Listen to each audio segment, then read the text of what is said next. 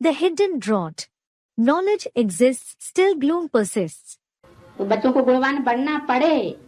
The children will have to become virtuous. उन ग्लानि करने वालों बच्चों को भी गुणवान बनना पड़े. कैसा गुणवान? Those children who defame the father will also have to become virtuous. How virtuous? जो 9 लाख की लिस्ट में आकर के 100% देवता बने. So virtuous that they could enter the list of the 9 lakh and become 100% deities. 100% स्वर्ग में जा सके. And go to the 100% paradise. क्योंकि एक बार जो सन्मुख आकर बाप के बच्चे बने तो स्वर्ग में तो जरूर आवेंगे. Because everyone who has once come in front of the father and become a child will definitely go to paradise. लेकिन पद कम हो जाएगा. But the position of the ones who defame the father will be lower. बाकी गुणवान तो बनना पड़े. Anyway, they will have to become virtuous. कोई काम नहीं, कोई क्रोध नहीं, ऐसा गुणवान बनना पड़े. You will have to become so virtuous that there is no lust, no anger in you. बाप के बने माता को पहचानना.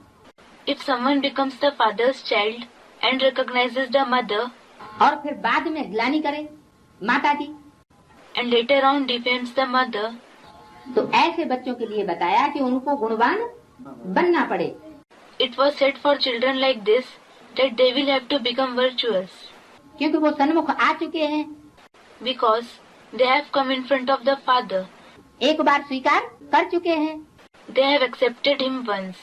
तो उनके 84 जन्म तो होंगे. So they will pass through 84 births. लेकिन शर्त क्या है? पद कम हो जाएगा. But what is the condition? Their position will become low. और उनको गुणवान जरूर बनना पड़े. And they will definitely have to become virtuous. यानी मजबूरी है, बनना ही पड़ेगा. It means it is a compulsion that they will have to become virtuous. कोई काम नहीं, कोई क्रोध नहीं. There must be no lust, no anger. देह अहंकार भी नहीं चाहिए इस समय. There shouldn't be any arrogance of the body at this time either. तुम यहाँ बैठते हो, You sit here. जानते हो हम यहाँ हैं. You know we are here. फिर मुरझाए साथ क्यों आनी चाहिए? Then why should you wilt? बाबा के सन्मुख बैठते When you sit in front of Baba, तो खुशी का पारा चढ़ा रहना चाहिए या मुरझाए सा आनी चाहिए?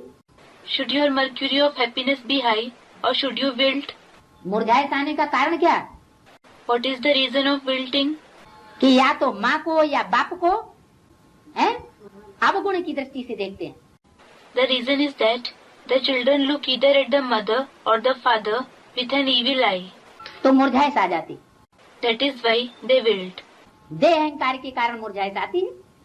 They wilt because of bodily arrogance. पूछा कि जब हम यहाँ हैं ये जानते हो. It was asked, when you know that you are here. हम यहाँ हैं माने कहाँ हैं?